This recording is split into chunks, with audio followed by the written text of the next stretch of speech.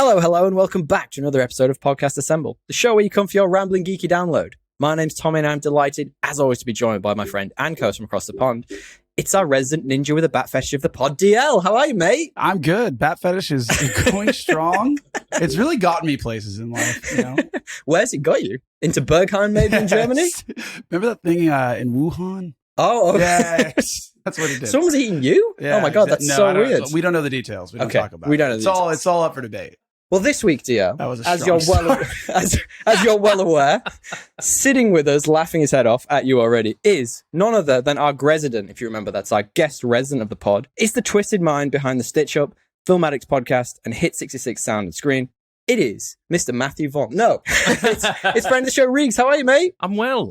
Yeah, in the flesh. Colour. I know, it's crazy. I'm in the very Sydney. red flesh. I know. We'll talk about that. Fuck you now. Your town. What a shit heap. No, you are certainly looking remarkably lobster right now. Yes, I'm also remarkably here, which is really great. Thank you so much. I didn't realize you were a real human being. I thought, like you said, a genuine AI. I was convinced that, and I did say to my fiance when I was leaving today, I hope these guys aren't cannibals. And as Dre said before, it's been a long con to get to eat me. That would be a really, really long con. But what would have been worse if it was just like all a deep fake like robot, and you just came here and there was just some random person's house, or we were cannibals. Cannibals, because then I would be killed and eaten. Probably. I mean, maybe you get away. You could join. You could really join good us. Story. Otherwise, one of us. If it was the opposite, and you were just like conned by a deep like fake robot, that'd be pretty embarrassing as well. I would rather be embarrassed than consumed. Well, but if you got away, it's a great story. That's very true. You know what I mean? Like that goes viral. Yeah, and I would have you both arrested as well. Yeah, true. And locked up wherever Army Hammer is. We were talking about that motherfucker before. We were talking about that motherfucker before. And speaking of former potentially Batmans and actually a Batman, we're going to be bringing back our Chris Nolan Anthology today, guys, because Regs is with us. Wow! We are talking about The Dark Knight from 2008. Now, I did the maths, not hard maths, but that's fucking 15 years ago. My brain exploded when I thought that. There's been two other Batman since then. Oh my God. It came out in 2008? Yeah. Can you believe that? Wait, who's the other Batman? Obviously, Pattinson. And Affleck. No, there's been three then, because Keaton came back and did Batman as well. That doesn't fucking count. Yes, it does. It's not a new Batman. It's true. The hair was absurd. I never said new. You just said two Batmans. That's two Batmen? True. That's two Batmans. Two Batmans. Did you like the hair? The long hair? I don't think we've talked about the Keaton. None of it was particularly good. Yeah, it wasn't that good, was it? The whole yogi look about him, that was just not very good. But in this is a good look for Bruce and Batman. Oh, yeah. This is a solid look. And Suave. the fact that we're back to this anthology, and I like that you're back for the Batman stuff. We're going to have to keep bringing you in for Batman stuff, I think. Please. It seems like this is your roadhouse, even though you never said it was. I just leaned into it. And I was like, yeah, okay. Why not? That's because you said you were like, we were thinking about doing the Marvels. I'm like, I haven't seen that yet. And then Addy was like, audience members who don't know, my podcasting partner on the Film Addicts Podcast, Addy, is he loved the Marvels as a comic. No, the movie. The movie. Yeah, it's good. Dude, people. We're going to be talking about this next week. Yeah. I think I actually quite enjoyed it. I'm actually in the midst of writing a YouTube video for it. Been like, why all the hate? Like, I get it. I understand. There are certain themes and tones of it. We'll talk about it that don't necessarily get fully fleshed out, and that frustrates the hell out of me. But it's not a bad film. Like, people are saying Morbius was better, and I'm like, guys, really? Guys, hang on a minute. Let's not go crazy. I just haven't been seeing that on Instagram. Is that just like what the critics are saying? No, I think that's people trying to make waves. Did you guys happen to check out the Madam Web trailer this week? Yeah. Did you guys get to see that? I didn't think they could make a more memeable film than Morbius was, but like Sony was like, guys, hold my bit. Is that Sydney Sweeney? Yeah. Is that the actress that's Madam Web? Yes, correct. Yeah. She's not Madam Web. She is Spider-Woman, I think. She's one of the Spider-Purpose people. Like, who is Madam Web? Spider It's peoples? Dakota Johnson? Yeah. The person from the 50 Shades films, I think. Oh, of course. But I mean, like, obviously, as esoteric as Morbius is to the Spider-Man universe, Madam Web is the fucking deepest cut of all time. So odd. Such an odd choice. But I mean, look, and I just read a thing that said Spider-Man 4, the Tom Holland picture that is going to go into production next year, is going to be a kickoff for them to actually absorb the Sony universe into the Spider-Man world. No. So they're going to start living together properly. And I don't know if that's true. It certainly seems like that would be a good thing to do. They're going to bring Daredevil in as well. And well, is it going to be the same? Like, I guess the question is into Sony's world that they've been creating or into a new world that Sony's doing? Like, that's the question. Because never know. Yeah. Well, it depends on how the MCU goes, right? Like, one thing I really want to talk to you guys about before we get into our main topic is a little bit about that Variety article, which I know all of us sort of half read. No, I read the whole thing. I mean, I did too. It went kind of viral. It got a lot of interest online for things that a lot of people have sort of already been saying, which is the MCU effectively, it's run out of steam a little bit. There's a bunch of issues now that weren't kind of there before with you like Jonathan Majors. Maybe having all these other random characters might be a good distraction. Yeah, I mean... That was a question, by the way. Yeah, I feel like... And I've said it when after Endgame sort of happened and me and Addy were talking about it, and there's been some stuff I've liked, like Hawkeye, we talked about that. But as far as like a direction goes, and I know that they were stalled by COVID, absolutely, and everybody was, and they've kind of had to redo stuff. But I mean, if you've got the Jonathan Major stuff happening, and they're thinking about moving away from the Kang storyline, and so much so that Dustin Daniels has left Kang Dynasty, that picture, like. Just recast him. You don't need to bring in Doom or all that stuff. Like, stay the course. If you're going to do something, just do it. Well, yeah, but I mean, like, we're talking about an infinite multiverse of infinite versions. And it's funny, like, I saw a meme just today. It was, like, you look at the different variants of Loki in that TV show, and it's a crocodile and a woman and a... You know what I mean? Like, it's all these things. And then you see the variants of Kang, and it's just the same dude in different colors. It makes sense. Yeah. And that would be, like, a great way to do it, where you just get this other... Kang that's like, actually, it's all been misdirection. This is the one. That'd be perfect. And he's just, what if he just comes in and he's just a badass? Yeah. And it's a new person and he's just like really intimidating. And it's like kind of a Thanos effect where you're not dealing with some guy that got beaten by a bunch of animals. Or alternatively, it's fucking Dame Judi Dench, and we just now that's what I want to see. Make a swing, Or they were saying Javier Bardem might be cast as Galactus in the Fantastic Four movie. I think that's a Fantastic Four thing. That'd be cool. That'd be interesting. Apparently, nobody wants that Reed Richards role. Like, it's been chucked around, and it's looking like it's probably going to be Pedro Pascal at this point. But apparently, a bunch of actors have turned it down. Adam Driver, for example, didn't want it. He didn't want to be looped into another big franchise. Like, I mean, you got to empathize with him. That Star Wars shit was wild. That hurts. Yeah, that really hurts, right? No, it's interesting. Like, I do think that it would be cool to actually maybe even do a pivot. Like, if you were going to pivot to Doctor Doom or some other big villain, it's just that, like, it makes it. Everyone thought that it was going to repeat. Loki thought that it was going to repeat, and Kang comes back, but actually, it's the butterfly effect. Like, you thought it was going to go this way, and other big bad villain just kills Kane or something. Like, that could be interesting. Well, exactly. And like, in comics, the classic trope in comics is right, as you guys probably well know. If you have someone you want to build as the next big bad villain or the next strongest thing, you have them come in and kick the ass of the guy who's the strongest. So in comics, it's normally Wolverine. Because Wolverine's everyone's favorite, and he's a hard guy who can't die. You get someone to kick his ass, you're like, oh yeah, this guy's pretty fucking strong. This guy's serious, He's got some serious chops, guys. And then, but like, you do that in the movies. I can imagine that being a lot of fun. Yeah. Imagine Dame Judi Dench coming in and kicking everyone's ass. Yeah. M from James Bond, or just kicking what's his name, Hugh Jackman's ass. That'd be fun. Or she ends up being like the villain in that first episode of the Benedict Cumberbatch Sherlock series, who's the cab driver who convinces people to kill themselves. I liked that episode. She just psychs people. She's a Hannibal Lecter style, like, yes, you're going to kill yourself. Something different would be fun though. Yeah. Try something else. Doesn't always have to be a big dude. Like Deadpool, you will kill the Marvel Universe. Yeah. You will do this for us. Maybe that's the reset. Benedict Cumberbatch. Oh, okay. Yeah. Got it. I just was making sure it wasn't... Benedict Cucumber Patch. Yes. You mean my new Voldemort? Hashtag that's my Voldemort? He should be the next Voldemort in the TV show. In the TV show. I would vibe that, yeah. I would vibe that too. How are you enjoying being in Sydney, big guy? On a side note? It's nice. I've got a weird relationship with Sydney because... it makes you very red? We'll get to that. It steals my fiance for 3 months out of the year. So I kind of I have a complicated relationship with it. But I came up to visit her for her birthday, and it's been beautiful. We had it's been really great weather, and we're having shit here recently. I think I brought it with me, the good stuff. But we went to the Shangri-La Hotel and had the breakfast up on the high rise there. And just looking at the bay, I was like, all right, I think I can dig this, and had a really nice Have I ever told my Shangri-La story on the podcast before? No. This is all right. Did so you just have dinner? I tend to do dumb things in life. I will book a flight for the wrong year, let alone date. I'll pick the right day and date, but it'll be the wrong year.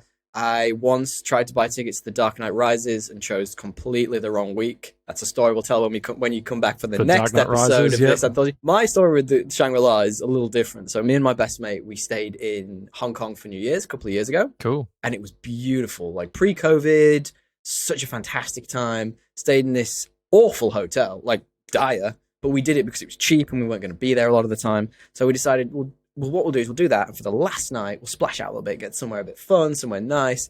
And we were looking for our last night, and I was like, oh, this hotel looks good. It's only like it was on deal that just for that one day. And I was like, oh, this is great for the two of us. It's like $300. That's perfect. One night. That's awesome. It's exactly the price range we were going for. And then I booked it, and like all this money left my account. And I went, what's happened? And I looked, and not only was it $300 each, it was also $300 USD each. So it went from being $300 to being like nearly $1,000. And we were both kind of like, where did I book? And it was the Shangri-La in Hong Kong. I didn't even read what hotel it was. Was it a nice hotel at least? I mean, it would be. It was unreal. It'd have to be. Right? It was like free massages, had like a sauna and stuff. It was unreal. But at the same time, $1,000 coming out of your account's a bit like when you've just had a big New Year's in a different country, you're like steam's coming out of your collar, like your cartoon. Oh, yeah. Well, I mean, none of that nonsense here. We just went up and had the buffet breakfast. Beautiful. And then, yesterday we went to, where did I go again? I keep saying it wrong. Malabar. Down on the beach, and went for a big hike for like 3 hours. But on the walk back, we both got horrendously sunburnt, and I'm sitting here looking like motherfucking seafood extender. It's a bad look for everybody. So, but apart from that, it's a beautiful town. We'll put you in a brioche bun, and you can be a lobster roll. Yeah. That says to the man, vegan. That sounds delightful right now. I'm getting hungry. The cannibal. Yeah, Dre's hungover, obviously. Emerging. Yeah, this is actually a cannibal house. Did you not know that? Like, you weren't before, and then I turned up looking like delicious seafood, and now you're like, I'm in. And, have you been to the Paradise Hotel? Yeah, it's great. How beautiful. Yeah, it's beautiful. That's an awesome. Great view I was just there. That's why my voice is so raspy. I had one too many dirty martinis last night. Dre's a little raspy today. Yeah, but it's awesome. Beautiful views. I'm going to go do dinner there once. Yeah, we should. Let's do it. Yeah. You and me. We can have a mandate. That'd be wonderful. Hey, guys, look, if you want to stick around, let's do banter about our day. Please feel free. We love it when you do. This is the whole reason we're here, to be quite perfectly honest with you, to chat shit about our day. But if you do want to skip around, there will be time codes in the description, as always supplied by Mr. Matthew Bliss, friend of the show and podcasting master. Yeah. We will give you his details if you stick around at the end of the show. But also, I have one question for you, Regs, before we get into this. If you were on your podcast capture of choice, which I don't know what that is, Apple, Spotify, where do you listen? Spotify mostly. Spotify, beautiful. And you had the app open in front of you, and you were looking at this podcast. You went, this is a podcast. What do you think out of 5 you'd give it as stars? Oh, it'd be 5. It'd be 5. I just do that because I'm a super positive person. Even if it was a podcast dedicated to telling me how shit I was personally as Regan, it'd be every 5 minutes telling me I'm a shithead, I'd still do it because, hey, they put in the effort. Shithead. Yeah. 5. That's what we're going to do for the rest of the episode. We would love it if you guys would give us 5 stars on your podcast capture of choice. You can do it in-app. It's right there. Jump in, do it. That would be fan-bloody-tastic of you. Let's get into this then. What have you been up to, Regs? Well, apart from being in Sydney, that's it's lovely to be here. But before that, I was finishing up a short documentary in Melbourne. Ooh, what's the documentary about? I can't actually say. Ooh, yeah, because secret squirrel. It's proprietary. So, secret squirrel. Yeah, I don't know where that came It's from. about secret squirrel, actually. Well done. How did you fucking know? It's actually about the smoon. It's the secret moon. You're on one today, bud. I don't know what's wrong with me. This is my second podcast of the day. I thought all my energy had gone. Wow, that's a Saturday. The first sunny day in months, and I'm sat in doing podcasts. Yeah, right. I will say, what I like to talk about when I come on podcasts or about movies is talk about movies. And I hope so, because we're going to be doing that a lot. And I went to the Astor. We're talking about it. Of course, your place of peace, your church, my spiritual home. And I saw A24's just re-released the Talking Heads concert movie Stop Making Sense in 4K. Yeah, nice. And it was fucking amazing. Like, it's such a beautiful show, and it was, shot over 3 nights and 35mm, and the remaster is incredible, and the sound was outrageous, and people were dancing in the seats and singing. It was a beautiful experience. So you're a big Talking Heads guy? Oh, I love the Talking Heads, yeah. Nice. My dad got me into them when I was never really young. dived into them. I've never got like you were Talking Heads guy. I love the Talking Heads, but there's this one. Yeah, what is this song? It's their biggest one. When the days go by. What is that? Once in a Lifetime. Once in a Lifetime. Oh yeah. For some reason, as a kid, when my dad showed me that song, I was like watching a lot of Robin Williams movies, and the voice sounds to me as if it's Robin Williams. Oh, really? So go listen to that song again. And just imagine him in Flubber singing it. Sure. You just imagine the genie every time that song comes on. Yeah, exactly. Dude, I'm telling you, when you hear like when you find yourself, it's Robin Williams. Yeah, he does. He animates very much.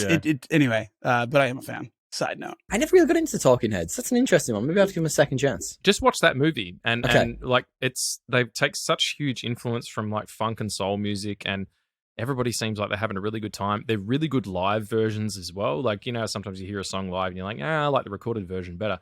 These are almost better than the actual recorded version. I always like the live version better. Yeah. Without failure. Without failure, we'll always like the live If it's version. a good artist. There's a lot of artists who can't hold up these days. Sure. If it's someone that I've gone out of my way to see live, not like someone I've accidentally gone into a bar and they're playing, but if it's like someone I'm like, I need to see this person, I will almost always be like, this is the definitive, because you get the little tweaks, little bits that they want to throw in, but maybe didn't quite make the final cut, where they go a bit wild on the ending, or, you know, like the ending of it's the drummer just goes mad for 10 minutes. Like, that's the stuff that gets me to gigs. That's what I want to see. Yeah, sure. So when it's you know, you can listen to the recorded version any old time. So this sounds right up my alley. It is, yeah, it's really good. But like the 1975, like somehow I think that guy's not going to be as good live.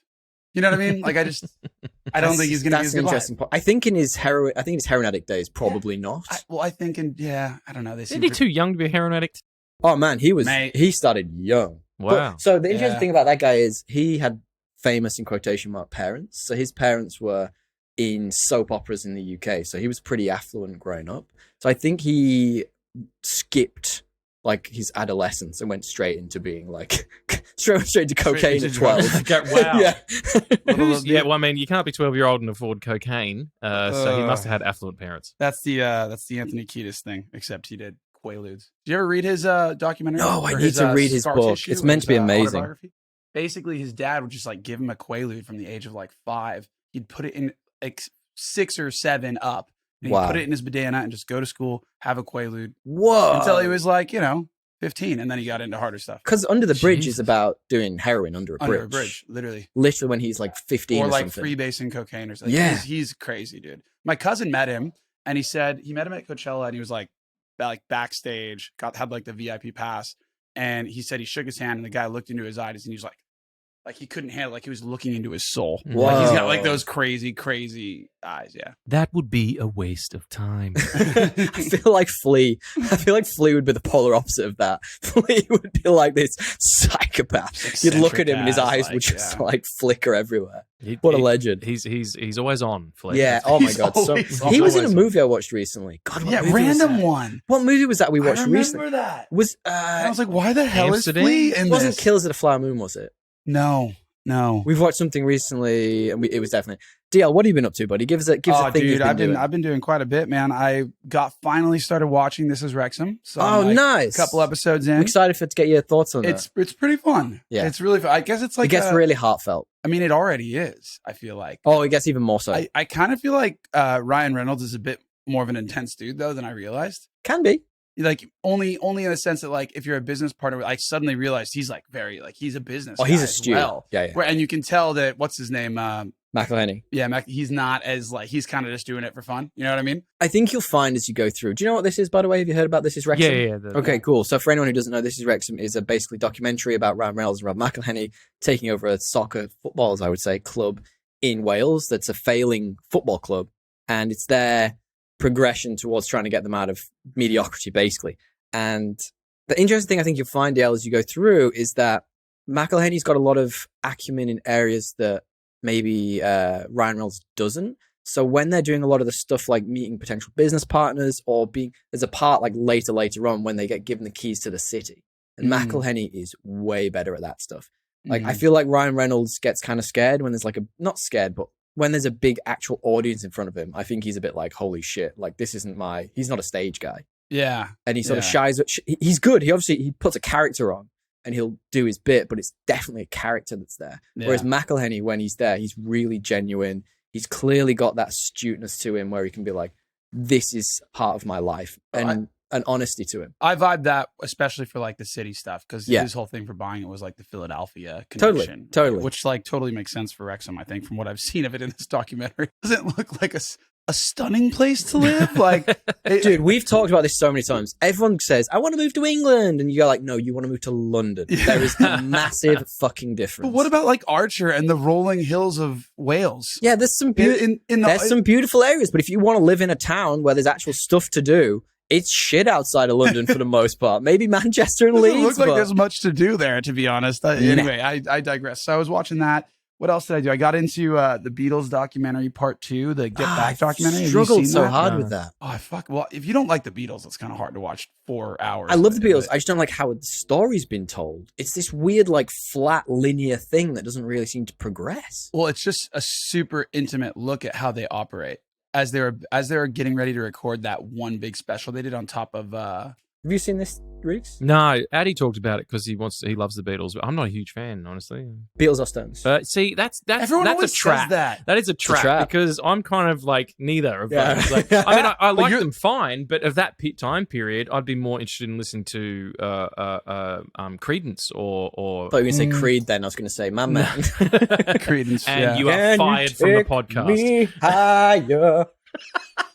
Dude. That's beautiful. Thank you, sir. Yeah, or Yes, or a band like that. Nice. So I like them fine, but they're not my thing. I grew up with the Beatles. Do you have an era? I grew up with the Beatles, but I love them for that. But I think I got into the Stones as an adult, so I feel like my brain is more now attached to the Stones. Yeah, I just feel like the Beatles are extremely, extremely creative in the different sounds that they have throughout the, and the crazy part is it was only 8 years. 8 years. And they had such sonically different, and then like watching this, like seeing how they made the music was so interesting, like the collaborative process. Whereas I feel like the Stones, it was a couple dudes and then like the singer just getting up there and yelling. Like, I don't think it was like as intimately creative. Like I just like the Beatles more, man. I like melody driven rock. Yeah, okay. Which, I think they've got a lot of that. I like the Beatles really early stuff, if I'm honest with it. It's almost a bit poppier. I don't know why, but I love when they're really poppier. Yeah, for some reason. And then the psychedelic stuff, because for some reason it just gets me. Yeah, like My Guitar Gently Weeps era is like me for sure. Nice. Like that part of it. Yeah, nice. Great. And then what was the last thing I did? I started 1883. I'm a Western guy. Got to get my Western fix in, and so far it's really good. It's like the prequel to the prequel of Yellowstone. And I've never watched Yellowstone, but these 2 prequels. I watched a bit of Yellowstone in the background because my partner bloody loves crap TV. So her and her friends were like watching it at the same time, and it was coming out. They were like, "Yeah, we need to watch this." And I was like, I'd be doing my podcast notes, whatever I'm doing. I'm sitting there, and I'm like, I do not understand a single fucking word Kevin Costner says in any of it. Not a single word. I can't stand Kevin Costner. That's the Me thing. neither. And is it the culture gap? Is it because you're British? You just can't catch him because he's very American. But you can't understand a word he's saying, like literally. No, I'm being a little facetious, of course. But I don't know, man. Sometimes you say things I'm like, what? Yeah, sure, dude. Yeah, why not? No, I think he just puts on this drawl that's too gravelly. It just the whole thing it throws it out for me. Yeah. Like everyone else you can comprehend what they're trying to get at. With him, I'm like, maybe this is an acting choice. You mean like in this? Yeah, in the show. Okay, so I haven't seen it, can't speak. Everyone tells me it's kind of like one of those B- shows that kind of attracts people that like really good television, but also people that don't like good television. Great production value. But the 2 prequels seem to be a lot more high quality. Like I'm enjoying them. They've got really good actors in them as well. Who's in this one? The guy from The Dude. When he's the guy that interviews the dude in Big Lebowski at the bowling alley bar. What's his name? Sam Elliott. As Tim McGraw. What am I saying? Right. Yeah. I can't see it, but okay, cool. The dude with the mustache, man. He does have a wonderful mustache. Anyway, from what he's a main character. Got a good sarsaparilla. he looks like he can catch a snake. That's a good one. I mean those. I've tried to watch Yellowstone as well, and I'm like all of these fucking rich motherfuckers being horrible to each other. Yeah. I can't get into it. It's just whatever. Kevin Costner's always been like that, though. I recently watched the nearly 3 hours? It's nearly 3 hour long Postman of Waterworld. Waterworld. I was going to say Waterworld. Yeah, it's called the Ulysses cut, and I got it in 4K. That's too long. And it is and Ulysses. God help me. That's too long. Oh. It makes sense if you see it why it's called that, but even in that, as monosyllabic as he is, when he does talk, it's like what? Hey, what are you saying here? I'm going to turn the subtitles. Are you underwater again? I can't understand. I need to turn up my hearing aid. I don't think I've ever seen Waterworld. Oh, do yourself a favor, mate. I've seen the live action show at Universal Studios. This is immediately going to one of our lists. This looks fun. Like, good. I was like a little kid. It's like if you watch it now, there's kind of a quaintness to it because all of that stuff was done legit. You know, they were in water tanks on the ocean. The boats were real. The stunts are real. You know, there's very little CG, and when it is, you can tell it a mile off. Like it's something they don't. If they were to do a movie of that size now, fucking 90% of it would be CGI. You know? Yeah, unless it was. It's just it's an interesting artifact. This desperately needs to go on one of our lists, and I'm trying to think of which one to go on. I don't know which one is going on, but it's going on. Go on the one where fucking Regs is on that episode, right? Because I could talk my ass off about the Regs episodes. We've got so many. It's not really sci-fi, I suppose. I guess it's like post-apocalyptic, isn't it? Yeah. Let's have a Let's start a new post-apocalyptic. I got plenty of those. Yeah. Did you ever try and read Ulysses? No, I had to read it's gibberish, dude. Yeah, I had to read a book that was written by an artist in Melbourne called Penelope and Ulysses, which is about that specific part of the story that's going on beside while Troy's Ellen Troy's going on, because I was going to adapt it to a screenplay. But yeah, it didn't. It was dense. Yeah, Ulysses, the book, is just I don't even know what's going on in it, but it was very boring. Oh, my head's firing off post-apocalyptic. Anyway, let's carry on. I'm like the old ones, the new ones. I've done some pretty cool stuff this week, if you don't mind. Well, let's hear it, bud. I'm going to say the first one's not pretty cool, but there's a reason why I'm calling it out that we did it this week. So it was the Girlfriends No Veto Week. We do this a lot. I've told you about this before. So what happens is every weekend, one of us can choose a movie if we want to. And that person gets no veto, so the other one can't say no. She can watch whatever the hell she wants. She chooses really great films sometimes, and it makes me really happy. This week, she chose Olympus Has Fallen, which made me cringe from every ounce of my being. But it was big, dumb action. It was silly, and I weirdly kind of enjoyed it as like a throwback look back at like 80s, 90s action films. But the reason I thought it'd be fun to bring up is because it has a couple of actors who are in the film we're talking about today. Yeah. Bloody Morgan Freeman's in it. Bloody Aaron Eckhart's in it. And I was like, these are good actors in this terrible film. What are they doing here? Are you taking a paycheck? Yes. Yeah, that's precisely. Yeah. The one thing that I did want to call out, though, is you guys both know my complete hatred of Liam Neeson, correct? And the reasoning behind that, he's a terrible actor. He jumps off buildings. It's not good. I think Jared Butler, and I'm going to be, I don't know if this is controversial, but Jared Butler might be the new Liam Neeson. In that you fucking hate him? Or what? I'm not a hate just yet. Okay. But I feel like that he's getting old. I feel like he's getting some of the same. He's got a few of the same things going on. He's in action films he's probably not really set up for. He is not a great actor. His accents are fucking awful. Oh, it's a dog on a chain. So bad. It's a dog on a chain. It just wants to get off that chain so bad. So bad. And he's just that's a great phrase. I mean, everyone in this room has the same problem. They just happen to be in this country. That's all. Fair. That's absolutely fair. Look, for me, Jared Butler, he's becoming that new Liam Neeson. Let's fair. leave it as that. Sorry, Jared. The one other thing I wanted to call out I've done this week is, and I don't recommend Olympus Has Fallen to fucking anyone. It's bad and boring. But the other thing, it somehow got 2 sequels. How? Who liked it enough to have 2 sequels? The last one, I think it was London Has Fallen, and then the whatever the next one is, Angel Has Fallen. Okay. Right? Which is where Gerard Butler, he goes on the run because he gets framed for killing some motherfucker, the president, perhaps. Again. And he goes into hiding with his dad, played by Nick Nolte. Oof. And it ends with them at a spa. Like there's a stinger scene in the credits where they're at one of those hydro places where you're sitting in the water that's like heavily oxygenated, and I'm like, what the fuck is this? Is this a sequel setup? Is it going to be an attack at the spa? Like, absolutely bizarre. Makes me think of Rush Hour. You know the bit where they go to the massage place? Exactly like that, except probably a little bit less racist. I forgot how racist that movie is. It is racist as a 1940s newspaper, man. It is outrageous. All of those movies are so racist. Final one very quickly then, something I definitely would recommend. If you have any interest in, superhero stuff, taking tropes and turning them on their head, is I watched the full series of Gen V, which is the new spin-off of The Boys. Now, we talked about this a couple of weeks ago, actually. I watched the first episode, and I wasn't really vibing it for the first half. I was like, this is, it's all right. It's not bad. I gave it its due. I finished the first episode. I watched a couple more that evening just because I was like, I thought to myself, I'm going to give it 3, and if it's bad, I'm going to turn it off. After 3, I was hooked enough to keep going. Some of the characters are really compelling. It's that whole satire of superheroism and, you know, the Frank Miller thing, but quite good. And it kind of leads almost directly into the next season of The Boys. I kind of like that. Is the like quality Yes. degrees below or above, or same quality? Characters are they're really fleshed out. They're really interesting. I like they're all sort of teenagers in it, so they're all at school. So the idea is, if you don't know Regs, or anyone who doesn't know, it's a high school / college for up and coming superheroes. So they're supposed to learn, you know, how to crime fight, how to do social media stuff, or all of the above.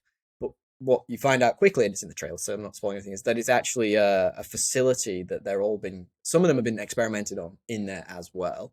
So what they're trying to do is, you find out during the series, they find out various things about superheroes, and maybe, there's some good twists in there. I like the twists, but like you say, DL, quality's really high in it. Like, they keep the Boys level quality. There's some real gross out scenes. There's a fabulous bit where one of the characters pops another guy's penis. Oh God! Really brutal to watch, but like, Boys, dude, it's just too much. Like, there's you know always that's gonna something happen like once that. an episode, and you're never ready for it. Yeah, I was not ready for that scene either. It snuck up on me. And the worst and best thing about The Boys is there's been 2 times my partner has ever come into a room while I've been watching The Boys / Gen V.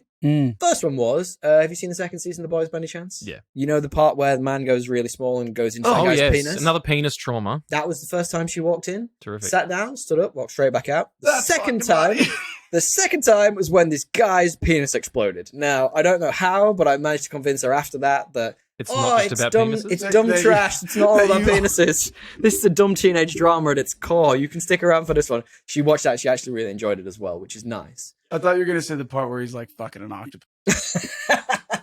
That was in the same episode, I think, as the man going in the Such a bizarre show. And didn't he expand? He exploded the guy from inside. Yeah, because he sneezed, because he's just taking cocaine and he sneezed and his powers collapsed and he exploded. There's some really interesting exploration of different kinds of powers in this one as well. It's not just all, this guy's the Superman, this guy's the Wonder Woman. One of them has like these blood powers whereby she has to cut herself and then the blood comes out and she can make it turn into things like she can throw it like a knife or like a lasso. And wow. Yeah, that's pretty fun. And not fun's the wrong word. That's pretty interesting. And then there's another one where one of the girls has to like, she can shrink and expand and grow.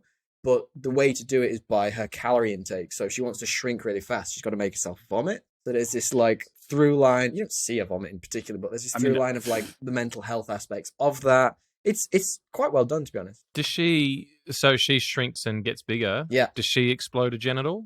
No. At any point? No. I'm just assuming at this point. There is a great scene. I don't know if this is in the trailers. I don't know if I'm ruining anything for you, but there is a great scene where this guy comes around to hook up with her and is like, "It would be really cool if you were really tiny on my penis," which sounds really weird to say out loud. But like she shrinks right down and she's like jerking it. Like I was gonna ask, is there hand jobs in this show? And there fucking is. Like it's not even a hand job; it's a full body job.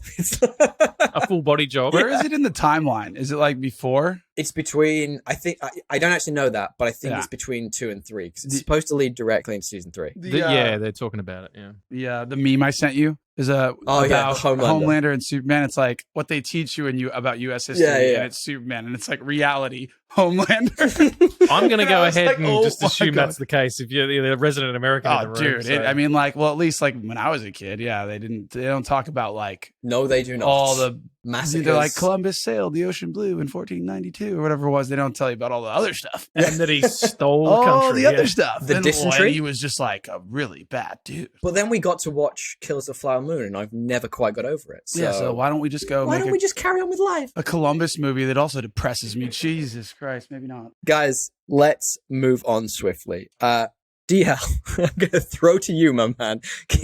Rodeo that shit. Do you want to preface our main topic? It's the main topic theme, which will be full spoilers this week. Yes, dude. Our main topic, as I think Tommy has kind of indicated, is in the Christopher Nolan ilk. And if you listen to the last time Regs was here, we did Batman Begins. So this time we're following up with The Dark Knight, 2008. To 15 years ago. Which is really confusing to me because I thought I saw it in uni, but no, I think I did see it in high school. Now that I'm going back, because I think this is just my first year of university. I believe. What about you, Regs? How old are you? Get fucked, everybody in this room. Everybody can get fucked. Yeah. No, when did Dark Knight come out? I was 2008. I graduated high school in 2000. Brilliant. So, That says a lot. Anyway. but I'm aging backwards. So I got that full Benjamin. You're like a fine wine, dude. Yeah. Better looking than the both of us. It's Put together. It's Yeah. the sunburn that's doing most of the heavy it's lifting. this red tan, you know? Looking like someone's been throwing Good for beetroot you, at bud. me. Well then, I'm going to leave this to professionals this week. Do you guys have stupid plot summaries? We do. You go Yeah. first. Should I go first? Oh, All right, please. let me start this This bad is the boy off. legitimate one. Hum your engines. Dumb summary for The Dark Knight. Batman fights for justice with rules. Joker just wants chaos and calls it a Tuesday. It's a battle of order versus anarchy, but someone forgot to tell them Gotham citizens are not a philosophical debate club. Meanwhile, Rachel gets cast, making Gotham's dating scene as confusing as the Joker's origin story. I like that a lot. That was very good. Beautiful. And he dropped he dropped the mic as well. Succinct Yeah. for a really fucking long movie.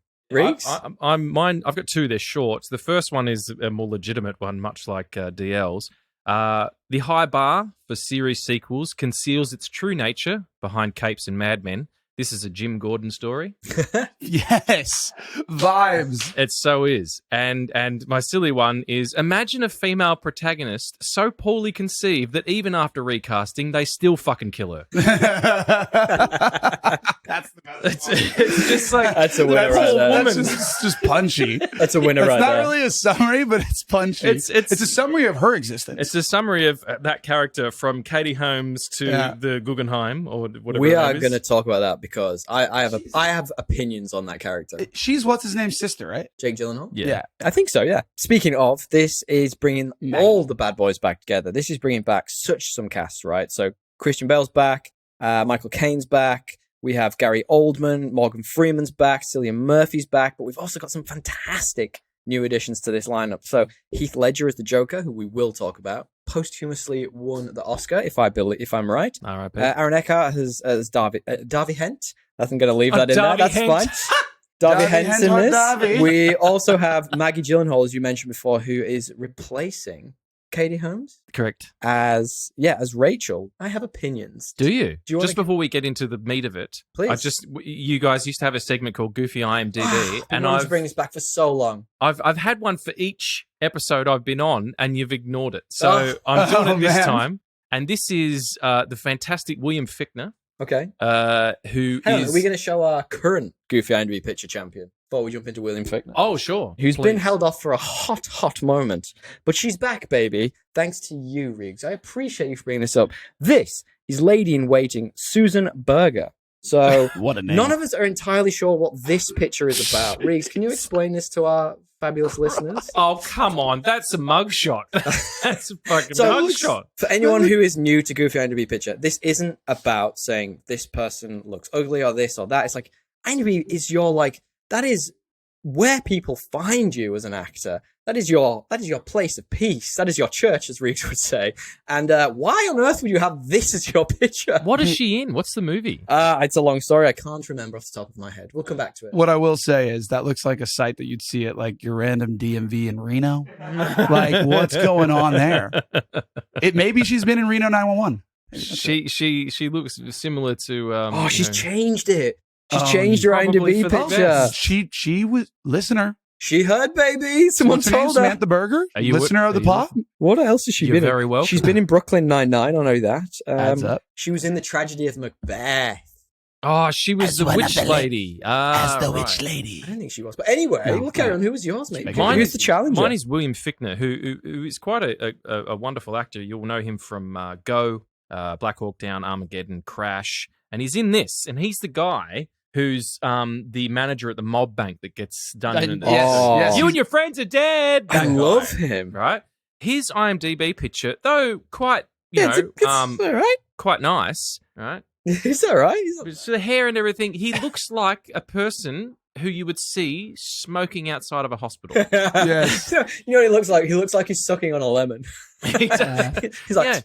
And because he's sort of like a well-established He's a good-looking actor. guy. He is a well-established actor, and he looks like he's going for like network level and CIS. yeah, he's got a roles. leather jacket on. Yeah, like what's that about, dude? You're better than that. NCIS Dude, has you're better a than fucking this. series set in Sydney now. Did you know that? I Really? didn't, but believe it. My fiance did Cartwheel. She loves that show so much. She's like, I'm here. Like, yeah, it's an NCIS, this one. Well, what we normally do for Goofy IMDb picture is DL chooses the winner. But I guess we can both have a vote on this. No, I think the guest has to. Oh, I guess you brought it up. brought it. So yeah, we can do a double vote, and you're the deciding vote compared to the how one you about showed that? me. How about we do that? Yes, We'll compared to the challenger. You are the challenger, and what's her name? Sarah. Susan Berger. Susan Berger. Sarah is the, Berger. Incumbent. Go on. You I choose. have to give it to Susan. Yep. Absolutely. Yeah. It's just, She has changed her picture though on IMDb. So does she disqualified? count anymore? Is she disqualified? Is it just a full like shot of an anus or something? Like, what is it now? It's a chocolate starfish. That would be an improvement. It's actually a fairly normal picture, so I think I'm going to have to give it to the challenger on this. Okay. Right, there you go, Will. Fichtner. Well done, Mr. Fichtner. You are our goofy IMDb picture, so we are going to bring that back full time from now on. That is back, baby. The only challenge was when we did I Am Mother last week. There's 4 people in that film. You can't choose a goofy one when one they're of them's normal a robot. looking folks. 2 of them are the robot. Yeah, the robot One of them is the was voice a of the bloke. robot. One of them is the operator. So basically, right, the bat's back, baby. But perhaps Rachel isn't.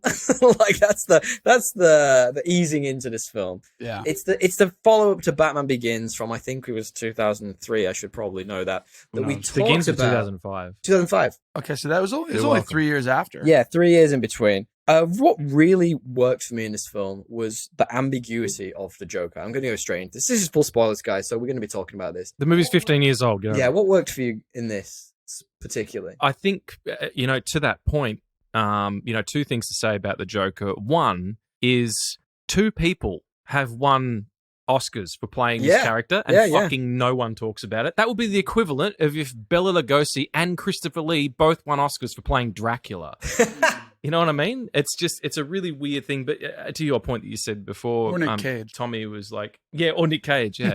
I would prefer Nick Cage personally. Yeah. I'd love it if he won an Oscar. Oh no, he did. He won an Oscar for Leaving Las Vegas. Oh yeah, did he? Yeah. Oh, yeah. But more to the point, you said that's that Joker movie. He's not really the Joker, but and the thing that struck me this time rewatching it, because I got the 4Ks, which are beautiful restorations, is that the opening shot. It's not the opening shot, but the shot of the first time you see Heath as the Joker and his back's to you and he's holding the mask, and then the car pulls up and he goes off. When you first saw that, I mean, you could intimate that it was him, but you didn't know that it was him yet. And then he starts clipping people off. And you only tell by the mask when you realize that is the mask that is being worn by the Joker. Yeah. And then when he finally takes it off, stranger, that is what hit me like, wow, I don't remember not knowing what this performance was. Same. Yeah. It's like ingrained in the cultural lexicon now, I think. It is huge. And I'm actually thinking about starting a new YouTube anthology thing, whatever it's going to be, of like perfect introductions in movies. That's one we talked about, the first Indiana Jones Raiders of the Lost Ark fairly recently. That is a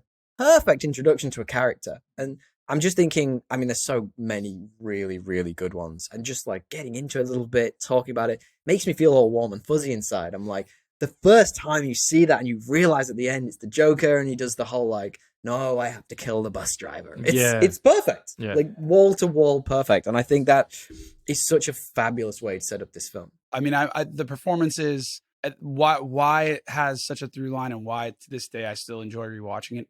There's a number of reasons. But something I really took out of this rewatch was I just think Nolan really did nail the theme of like how far can you take an ideal, and when you take an ideal to a certain point, is that good? Does it do damage? Can it be both? And I think that you have a really, really good, I guess, foil of Batman and Gordon in this way. In a lot of times, kind of like just investigating that question. And I think that was something that I don't see a lot in Nolan's new movies, but I have seen in his old ones. And I remember.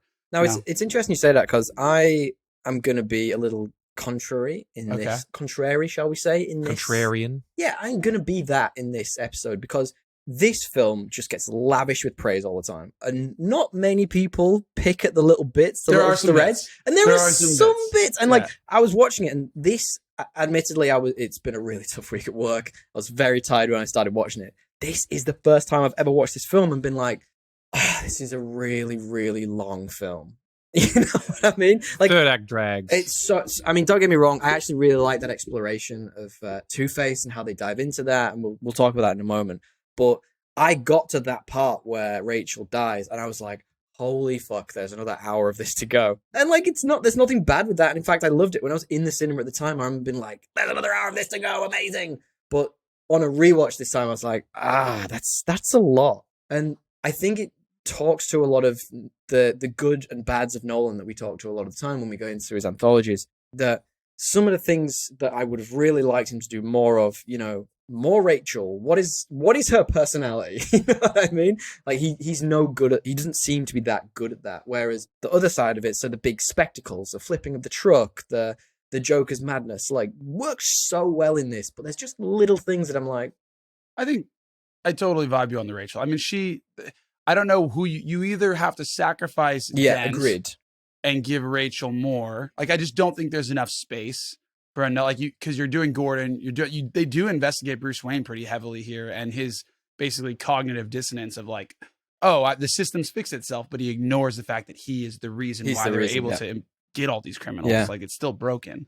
So I don't know where you fit it in, but that is the gap. And that's a challenge. Yeah. I almost feel like this could have just been 2 movies. Like, expand that out. Give us more Rachel in the first half, and then give us more Dent in the second. Like, I'm not. I get it. Like, Nolan's a busy guy. He's got a lot of other things to do. But this could be 2 films. It could have been a quadrilogy rather than a trilogy. You know what I mean? But so the movie starts. Then obviously we talked about the Joker. He's unleashing chaos. He emerges into Gotham, and effectively he's challenging the New Order. And I love that about him in this. And that's how the movie kicks off. And you get this weird sense of, like you say, Batman doesn't know how to deal with this. This is the first person he can't punch into doing what he wants. Well, and it's the first person that doesn't really follow the like normal, I guess, incentives of crime, right? It's like he doesn't want anything. Yeah, no, it's like, exactly. It's a escalation of the ideal to juxtapose Batman's ideal. And it's like, well, what does that mean? Like, for what I've done. And I think I really enjoyed that investigation. I like the stakes of it as well. Like, it's more for the soul of Gotham. It's not, we're going to blow up the world or the universe or, you know, whatever Marvel movies do this time. There's a big fucking skybeam. Yeah. It's just a small story about 2 guys. There was no skybeam other than the bat signal. Exactly. Does that count as a skybeam? No, absolutely not. No. Who knows? I feel like as far as the dichotomies of you know, your antagonist and your protagonist, it's the perfect distillation of those characters. Yeah, absolutely. Yes. And you never feel like they're ever really going to figure it out.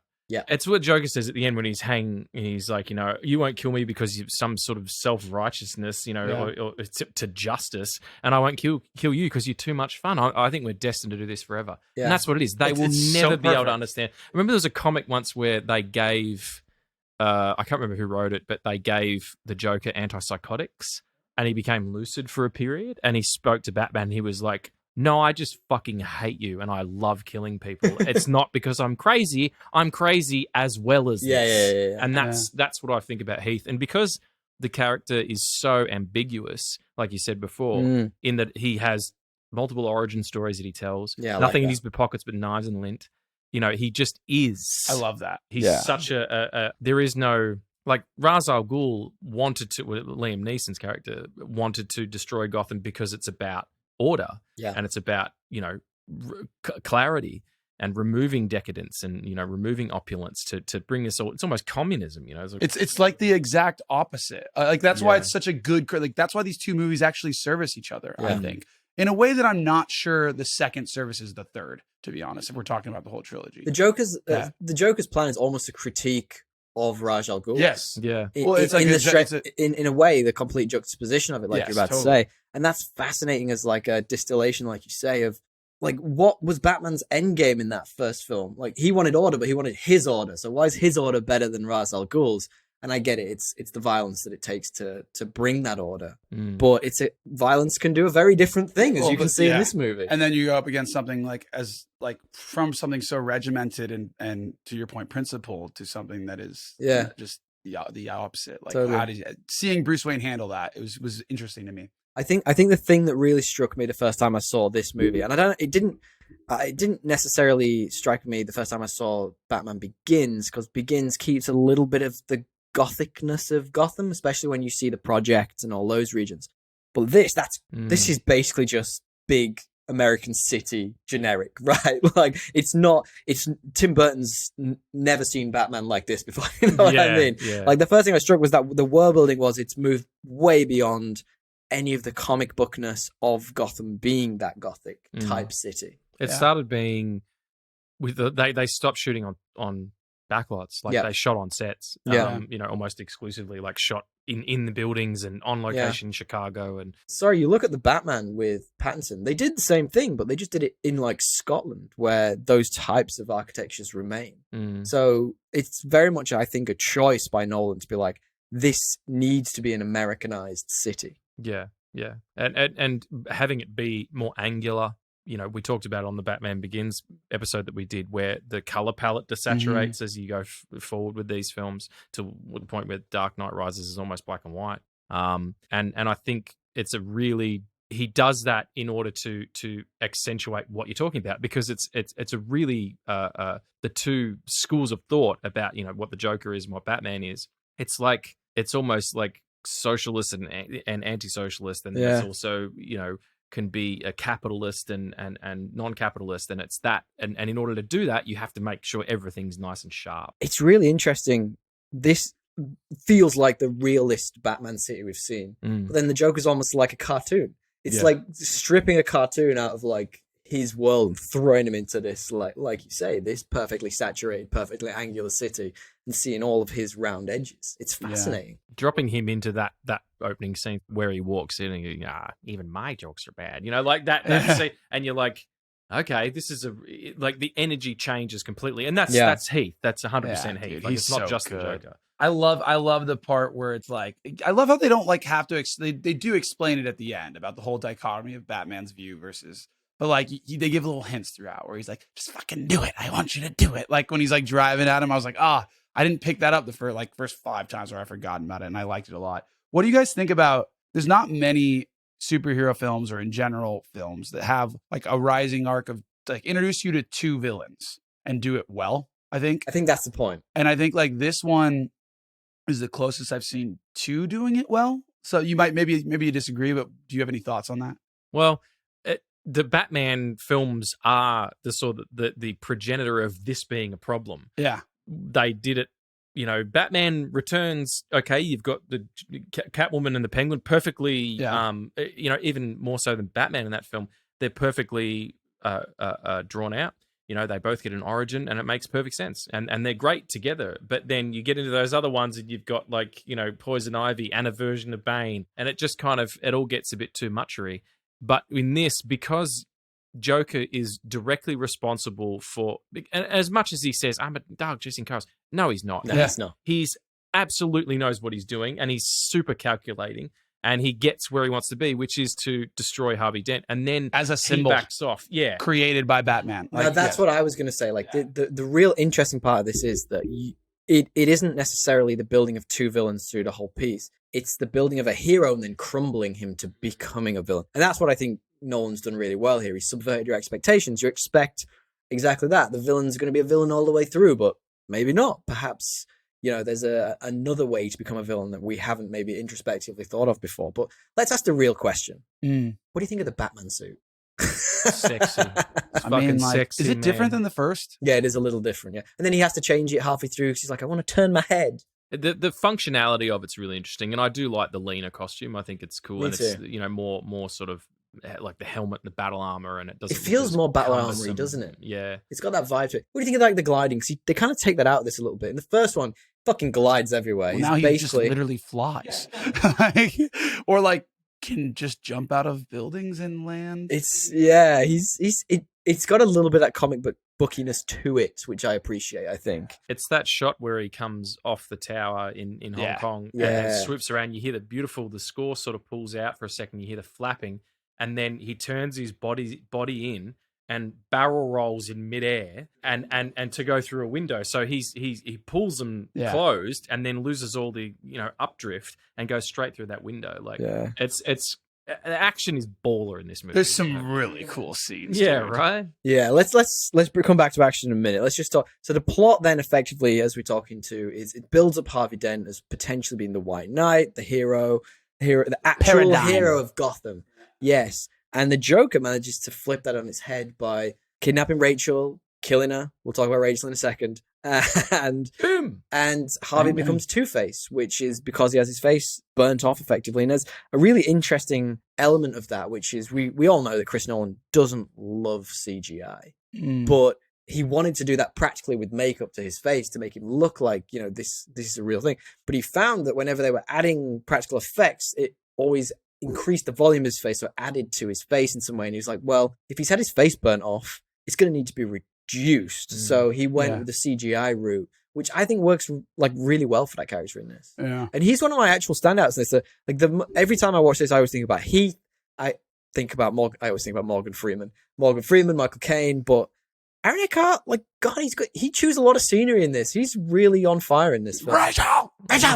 When you start seeing him turn, so where he kidnaps the Dave DeSmolchin and who's like the acolyte. Love that guy, by the way. He's fantastic. A constant in our goofy IMDb pictures. Yeah, he's goofy at all angles. Him in Prisoners, fucking forget about it. Where he takes the bullets out of the gun and he's threatening him and he's like, I wouldn't. Like, that's when you start seeing it happen. And then the turn is when he's in the bed and Gordon's there and he's like, you know, what was the name that you guys called me back at, you know, at Major Crimes? Two-Face Dent. I don't need to be closer, do I? Yeah, it's Two-Face Dent. And he's like, say it! Like, just that sort of, that's why I was backing off a bit. That's where the turn has happened. Yeah. And what's interesting leading up to that turn, and something that I really love about this movie is there's like a darkly comedic edge to them. And he kind of keeps that into his Two-Face part as well, but just in a more like sadistic way. But like Aaron Eckhart, definitely Michael Caine, they're throwing some serious comedy in this film. Like every of Michael Caine's lines sounds like he's ad-libbed. He's got a very specific delivery too. Yeah, absolutely. Like, it's so dry. It's so British. Michael Caine, and then like the fucking the other comedy guy is who's the gangster? The good-looking gangster. Oh yeah, like Eric Roberts. Is it? That's Julia Roberts' brother. Stop it. Yeah, Maroney? No, dead serious. Maroney, the guy who plays Maroney. Yeah, he's in some fantastic Lifetime movies that are called. It's a Stalked by My Doctor series where he plays this doctor who plays this doctor who gets obsessed with like teenaged people he treats and like stalks them and stuff. And there's like 3 of the movies. In one of them, he has another personality that is a version of him, but just in a Hawaiian shirt. It's fucking amazing. Like, well, I've seen him in a other real stuff. version of Moonlight. Yeah. I just forget what he. Yeah.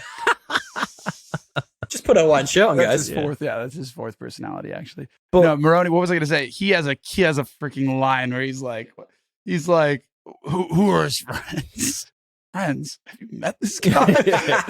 It's like we're all like, it's like the viewer's take. You're like, yeah, dude. Like, I feel like that's how you'd react in that situation as well. You'd be like, dude, like, come on, like, really have you looked at this dude? Like, you are so off. Like, or they were in the nightclub and the woman's like, can't we go somewhere where it's quiet? We can talk. What makes you think I want to hear you talk? It's like full of them, dude. It's just like this such an asshole. For such a serious, gritty movie, there is genuinely like a lot of comedy in it. And also like he's so like. It's tough because like Batman and Bruce Wayne, like there's so many people that steal the show. I think from Christian Bale, but Christian Bale. He does a great job, in particular playing like Bruce Wayne. Like he comes off as such an asshole. Oh yeah, but it's like so good. He's supposed to as well. Like I like that. Of course, but he does it so well that it's like natural. Like you're like, I actually believe someone could be like this. The bit where he takes all the ballerinas so they can't go on their date is just fucking beautiful. I love that. Or when he's like, I hope not. Like she's like, Harvey's told me, or she's like, Rachel's told me so much about you. Told me everything about you. I hope so. I hope not. Like it's like so swithy. Like the fundraiser is the perfect example of that because he walks in from the helicopter and he's like, you know,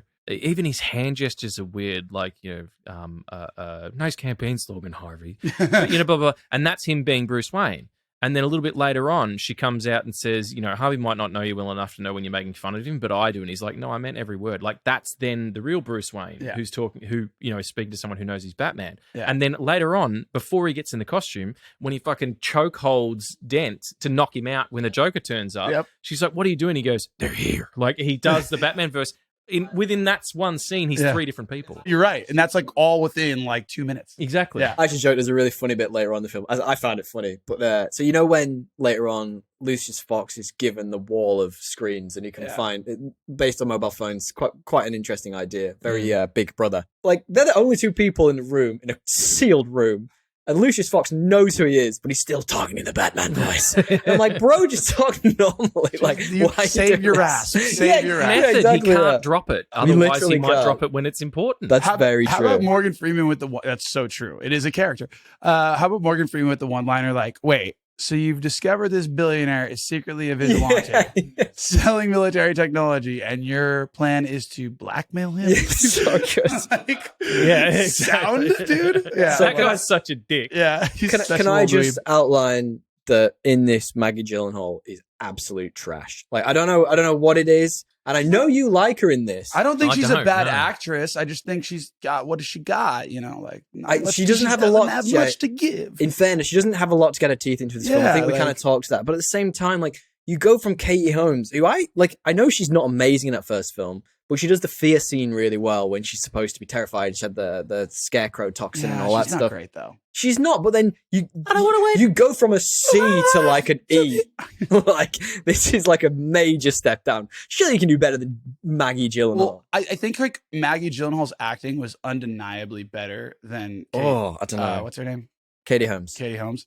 I honestly remember seeing the movie and being like so confused because like Katie Holmes is beautiful. Maggie Gyllenhaal, like, she's a good looking woman, but it's like I don't know. It's like such a step change in look that it didn't sit right for me when I first saw it. But her acting's way better. I agree that Maggie Gyllenhaal is a better actor in general than Katie Holmes. I don't think she's good in this. I think there is a role, there is a way to play this where you get more out of her. If you were to put someone like Rosario Dawson in this role, or shit.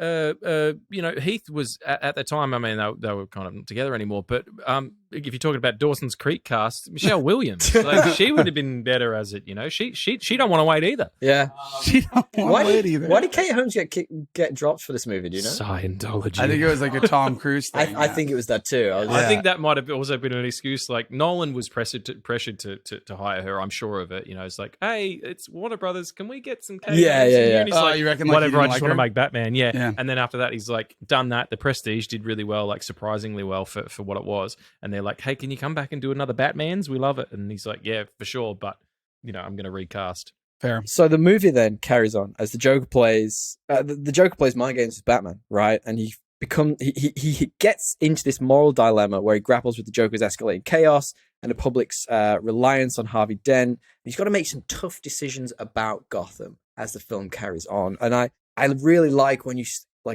people start to die and he starts to panic. That's a weird thing to say out loud, but it's a really great. You like that? Yeah, nobody gets it. It's a really interesting look into the psyche of someone who's never really been challenged this way before. It's how does he deal with it, and he does not deal with it well. No, because up until that point, you know, Batman Begins is a perfect example. The entire first half of that movie is the journey within. Absolutely. And so when he does start doing things and you know, he is rescuing people in Batman Begins. He saves the city from the fear toxin and all that stuff. This is where you actually do start getting a body count. Like, there starts to be victims here, and he's like, I can't be everywhere all the time. Mm-hmm. And it makes him feel impotent, you know, as in all the training. It's like that great scene in Superman 78 where he's standing at the grave of his father when he's still a teenager with his mum, and he's like, all this strength, all these powers, and I still couldn't save him.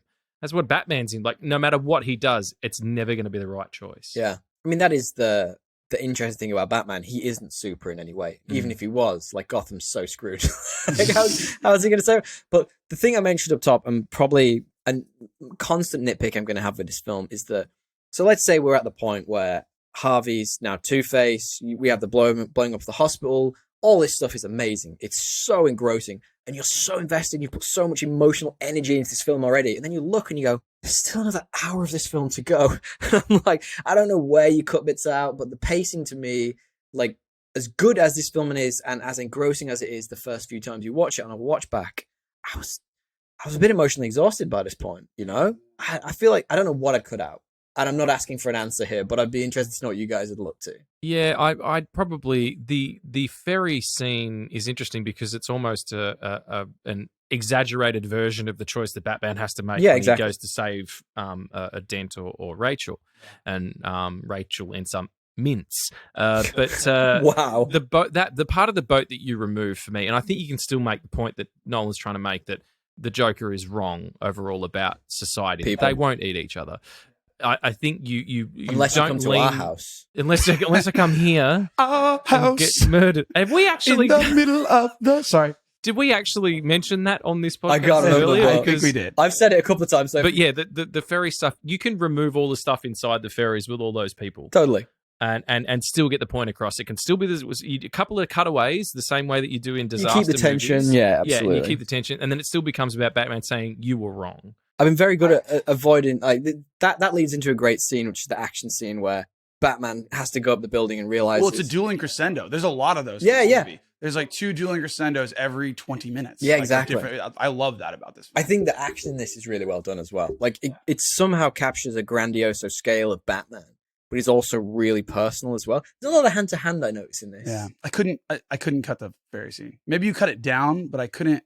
I think that like that is a pretty big part of the point. If you had to, I think you were forced to, but I think the movie's worse for it. I honestly do. Yeah, I think if you're not Chris Nolan and the clout you mentioned he Yeah. has, because at this point, like his films are making box office, right? Yeah. So if he's not Chris Nolan, if he's maybe a smaller director who maybe doesn't quite have the same sway, and he probably had final cut on this, maybe someone's taking it out of his hands and cutting stuff out for him. And imagine that film. That would be dire. Some Frankenstein version Yeah. of what it should have It'd been. be so confusing. Yeah. You're right. I mean, it does less. I mean, he said that when Jonathan, his brother, gave him the script, he's like, "You can't do this again. Like the vote thing, we've already done this. We Yeah. did this with Rachel and Harvey." And then he took over the reins writing, and he's like, "I couldn't figure it out. I couldn't figure out how we didn't need this." And so they were just like, "Well, fuck it, let's just do it." And it ends up being, the emotional journey ends up being exactly what it should have been because you have that. I just feel like you don't need to cut to tiny Lester all the time. No, you could have made it shorter potentially and had the same effect. One thing I did think about though is like, what if you left that unanswered because he gets there in time, and then that's what leads into the third movie where it's like, well, I'm actually cutting Gotham off from like everything and seeing what happens, right? Like the whole Bane storyline, because that's kind of what they do. They're like, well, we believe Gotham will crumble on itself. By the third movie, when we're doing it again, I'm kind of like, there's got to be some other thing we're investing. And why is everybody wants Gotham? Like, isn't there somewhere else? There's Yeah. something nice, but what about Manila? Like, it's fucking very, lovely very there. cold up there. Honolulu. Go and take that place over. It's great. The action in this film, though, just going back a step, is fabulous. And there's just some real standout pieces that I wanted to call out. The pencil trick. My God, that is a cultural moment in my life. Just seeing that where it's like, you want to see a magic trick? Boom. Just unreal. Like, how do you even come up with that scene? Phenomenal. And the way he backs out of the room covered in grenades, like, so Joker. So There's Joker. such a great gag in that part too, where the guy who plays Gamble is an amazing martial artist. He's, yeah, he is. Michael Jai White. Yeah. Incredible. He was in one of the physical Mortal performer. Kombat things. Was he? Yeah, I think there was a YouTube series they did that was actually really good to begin with. Did he play Jax? He was Jax, funnily I enough. thought that might have been the case. But when That's he's like, because you're a you think you racist. can just come in here and yeah, that might. I don't. He's the only African American character I know from that game, so I'm just making an assumption. But I don't see color, so oh really? Because you haven't stopped talking about how fucking beetroot red I am, motherfucker. Oh, I just got plums thrown at me. I can only see infrared, so red I can see really well.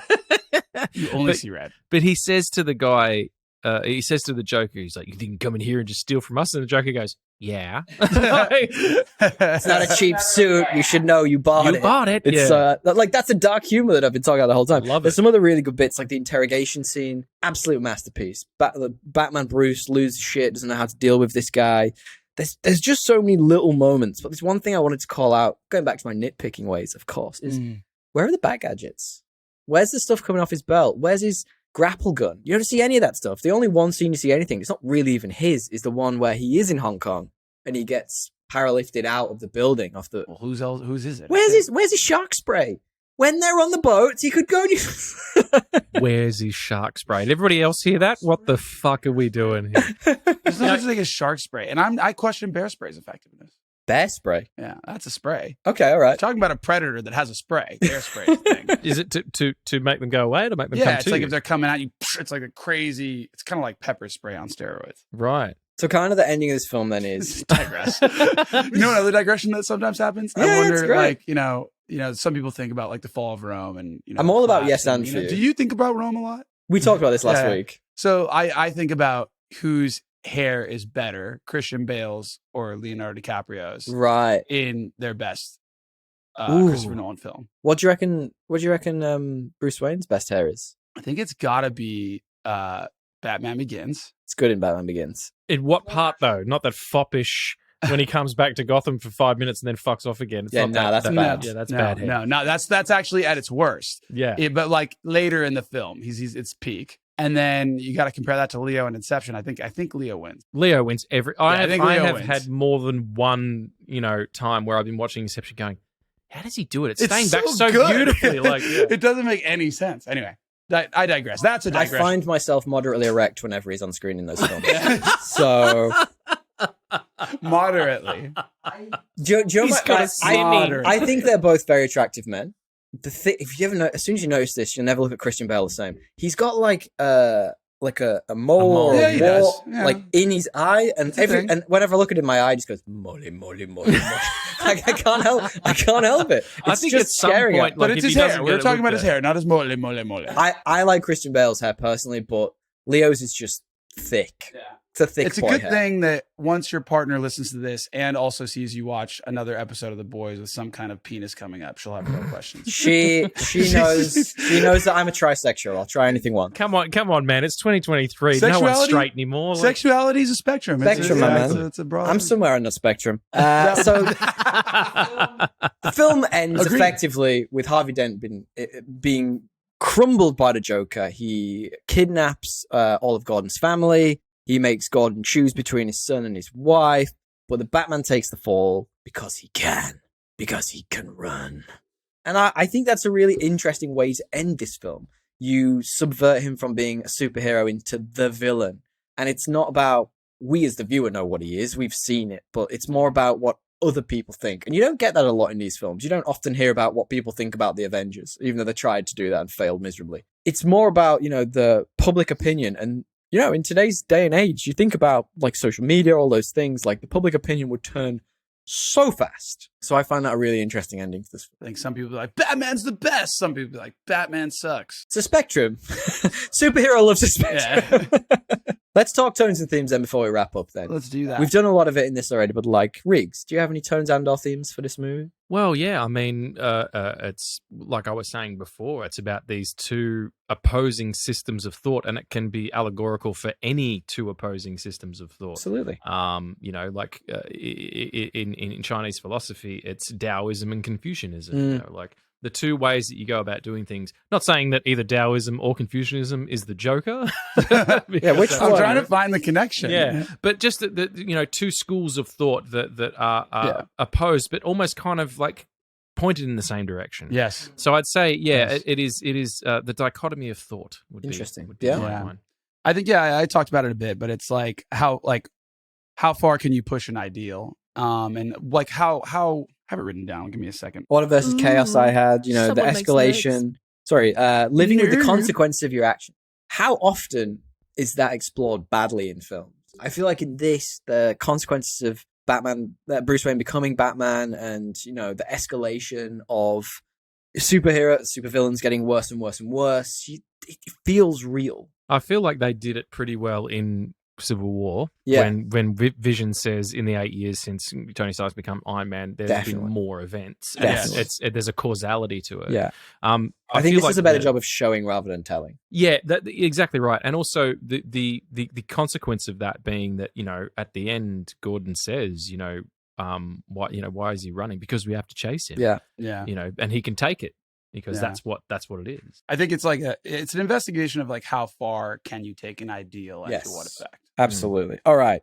3 best and 3 worst very quickly then. Guys, what we do is do 3 best, 3 worst, 3 reasons why you might want to watch a film, 3 reasons why you might not. I feel like we've been pretty nice to this. So, quick round robin, 1 each. It's a shitty. No, I'm sorry. What's your 1 worst? My one worst is the bat voice. Nice. I just feel like it's so over the top. Yeah? So I guess there's a couple lines where it's like you're like, this is kind of a relic of almost the early 2000s movie in the sense of like what's that one part where like the helicopter falls and it's like, this doesn't look good.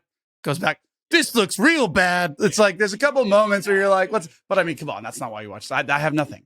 Okay, well I'll do two for you then. Yeah. The pacing, I feel like it could be two films. Not bad, just it's a thing. And the Joker's plan is utter nonsense. Getting caught. I know we didn't even talk about this. That's the point. And that was. How did that become part of the cultural lexicon? Like, it was used in so many films. The bad guy gets caught, but it's all part of the plan. I don't know. Like, maybe Rachel Dawes is my one. Okay, I'll give you that. Okay, best one each. Hit me. Reeds. Yeah, for me, Don't hit me. Nolan's confidence. Like, he has in the book that I gave you, Tommy. He was talking about what are the things that can't be replicated. What are the things that you can't copy or duplicate in doing what we do as filmmakers, or doing what he does. And it's the secret, whatever the secret is in the movie, because there's always one. What the like tones and themes are, and the script, and also the integrity of image. Like, that's why he shoots on IMAX, why he shoots on film. The confidence and the uncorruptibility of his vision of these, particularly the Batman films, because they are a huge franchise things, is you can't. There are no movies like this anymore. You will never see another Batman movie that isn't in some way connected. Even the Batman, they're always going to have stanzas, or they're going to have a song that you recognize in them, or whatever that brings you back to a larger franchise. These things live by themselves. You watch them end to end, and that's it. Good night. It's super intentional. Yeah, everything about this film. Yeah, like it's really just, for even being long though, it's just precise in a lot of ways. Like I love that. Precise is the word. Yeah. I think one thing that I'm trying to come up with something new, because there's a bunch of reasons why I'd like it. Of course, there's Heath, there's all these things. I think like what I realized is the first maybe hour of this movie is kind of like an NCIS film. Like, it's a bunch of courtroom shit, but it was like really fun and interesting. Like, there's a lot of times you watch like movies about courtrooms and you're, this is boring. This was not. So like, that's a little like aside. Like, the first hour doesn't have a lot of action or Batman other than the opening sequence. But I was still entertained and intrigued. Has anybody ever pulled a pistol on in a court? No, I guess that counts. Yeah, that's action. Yeah, carpet fabric made in China. Yeah, that was kind of funny. Yeah, that was. But that was one of mine. The dark humor, the humor of this, like as such a gritty, grounded movie, the humor and the light elements keep you swinging along with it, and I think that's beautiful. All right, what we do now is we talk a little bit about the critical reception of this. So we're going to go through, and I'm going to ask you both. Can you guess for me, firstly, the IMDb score for this? DL. I saw it because I was looking at the cast. It's I'm going to go second. You go. What is it out of? Is it out of 10? Out of 10? It'd be 9.8 or something. It's a flat 9. Flat 9. Which is honestly one of the higher scores I've ever seen on IMDb. It is. Rotten Tomatoes, out of 100. What do you reckon, Reeks? It'd be a 94. 94. Yeah. Be a 98. This man's got it in one. It's 94%. 94. Bang on the money. What do I win? Bing, bing, bing. You win us not eating you when you leave. Finally then, Letterboxd. So this is all user scores. Can you guess me out of 5? Something point something. Do you think people are now being... It's usually 3.6 for everything. Yeah. People are being contrarian and being like, oh no, it's not as good. That's what I always think. Yeah. But I think this has got to be like a 4 or 5. Yeah, I'm gonna do the prices right and do 4-4. It's 4 or 5 on the money. Is it? Interestingly, I looked at this because I was like, 4 or 5, like that's like considering that's a pretty good rating. Considering it's 94 on Rotten Tomatoes, I was like, let me just see what some of these ridiculous reviews are for anything less than like a 3 or whatever. So I went in, and you can look at individual scores. So I went 0.5 scores. I was like, who are these people? And the first one, I clicked on one at random. Didn't actually look at the user. Should have done, because that would have helped me with this. But the first... Is it Sandy, whatever her name is? The first user who put a 0.5 for this, their username was Not Enough Mark. And the reasoning for their 0.5 score was that there's not enough Mark Wahlberg in this film. I'm not entirely sure that's representative of the film that we just Who would watched. he play? That's so great. I love chaos, bro. Like that fucking... That was really good. The trees. Come on, bro. One of my all-time favorite Mark episodes him. was a couple of weeks ago when we talked about The Happening. And I've never been able to get it out of my head since. Dude, have you seen that movie? It is fucking bizarre. It's unbelievable. There's 2 really, really great moments in that film. One where all the people start jumping off the building. Yeah. Oh my god, and the so shot funny. And the pan up to where all the people have hung themselves. But everything else is fucking just absolutely hilarious. ridiculous. Yeah. Dude, the prancing off to me was actually funny because it was like they were like prancing. Mm. It was like, and he's like, Dougie, Phil. It's like every fucking union worker name ever, like in like a sequence. I was cracking up. And the hot dog Maybe guy. I'm fucked up. No, but the Yeah, you look up with everyone hanging was kind of That creepy. was a bit shook. But yeah, the hot dog guy's great. You can have a hot guy's dog for amazing. Rick. So you know our famous rating system, Regs. Do you want to preface it for the people? Sure. Well, we like to, I say we, like I'm You are always one of us. You are resident. One of us. As resident, I have been aware of this as a metric for, how good a movie is how average it is. And is it as average as the most average movie ever, currently Aquaman? 2018. It sure is. Basically, the internet's binary, right? So is this better or worse than a thing that's pretty boring? I mean, we're all going to say it's better. Yeah, this is kind of dumb. Obviously. But the real question after this is, where in our series of Chris Nolan films do you rank this? Now, this is easy for me, guys, because I actually remembered what I wrote last time. But for these two, this is going to be the Wild West. So we'll find out. And also, you weren't here for the Oppenheimer episode, Reed. So we're going to find out where you rate that among all the movies we have talked to. So in no possible order, we have talked to Tenet. We've talked to The Prestige. We've talked to Dunkirk. We've talked to Memento. We've talked to Inception. We've obviously talked to Batman Begins. We have obviously talked to Interstellar, Oppenheimer, and The Dark Knight. Do you want to chuck them in an order for us? Yes, I can do it right now. Go fast. Go. So, Interstellar is number one, and I know that's Wowza. Yeah, I love that movie. Big. But it's not just I do love that film. I love it for a bunch of different reasons. One of the reasons is me and my fiance bonded over it, and I saw it 8 years. Bondage over it. We did bondage over it. Yeah, it was space-based bondage, and it was amazing. Spondage. It was spondage. Yeah. Wow. It was actually, funnly enough, I went and saw it at the cinemas 8 years ago yesterday. Oh my god, that's insane. In your bondage outfit. And I wrote, how good it was. But yeah, we both love it. And nice. Watching the 4K, that I got at the beginning of the year, it was just like, yeah, this one. It's beautiful. The fourth dimension is love. It's beautiful. That's what kills me. But the beautiful part of that movie and how just like the scores, like it's amazing. Okay, quickly now, let's go through these. Yeah, so sorry. Interstellar, Inception. Of course. Oppie is number 3. Oh, I really love Oppenheimer. Stoppie. I think it's a great film. Batman Begins is number 4. Dark Knight is number 5. Prestige number 6.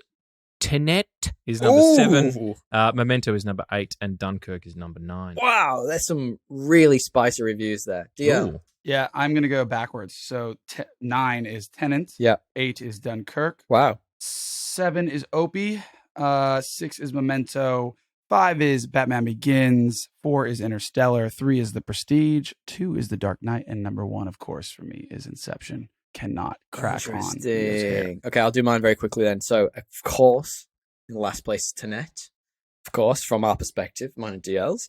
I had Oppenheimer next because I think when we watched it, it didn't grab me as much as some of these other films. All right, then it was The Prestige, then Interstellar, then Dunkirk, which I absolutely love, by the way. Batman Begins, Memento, The Dark Knight, and my favorite, of course, is Inception. Ooh, why don't you two just get married? I thought you had something else as one, but I maybe I'm mistaken. I love that. I don't think so. Love Yes, that it was for you. Teenage Love that for Mutant me. Ninja I love Turtles that from for us. 1990, and then he realized that Christopher Nolan didn't do that, so can't count. Finally then, trivia, true or false. I'm going to ask you each 2 pieces of trivia, and you can answer whether it's true or if it's false, and we'll see who wins. Magic. Regs. Firstly, Heath Ledger's interpretation of the Joker's appearance was primarily based on the chaotic, disheveled look of punk rocker Sid Vicious. Is that true or is that false?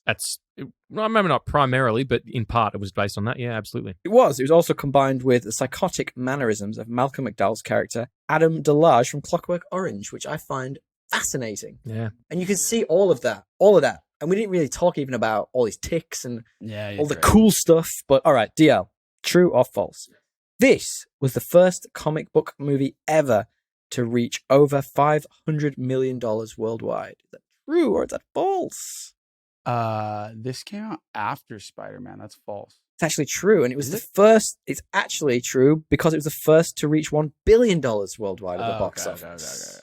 Okay. Was Spider-Man after this? I thought it was before. Spider-Man 2 was 2003.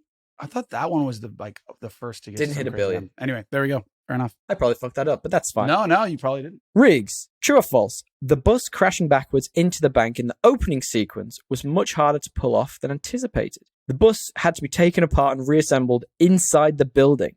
Is that true or is that false? That's true. It is true. It was concealed behind a big false wall and propelled backwards with a false air cannon. That's so interesting. I just assumed it was like a fake building and they just put a bus in. Yeah, that sounds like something Nolan would do. He's like, you know what? We got to Totally rebuild the bus. Get the mechanic in here. Yeah, Like, yeah. I was going to go with the truck flipping one, but everyone's seen that, right? Okay. So cool. Finally, DL. True or false? Trouble arose during public relations campaign before the movie's release when a website related to the movie sent out several cakes, purportedly from the Joker, containing cell phones inside, which made the cake vibrate. They also had wires sticking out, which made the cake look like a bomb. Is that true, or is that Jared Leto? True. Jared Leto. That wasn't a used Connie or whatever the fuck. Yeah, that's yeah, doing. it was- God, what a fucking weirdo. Imagine doing that to Viola Davis. What That did not get an Oscar, funnily enough.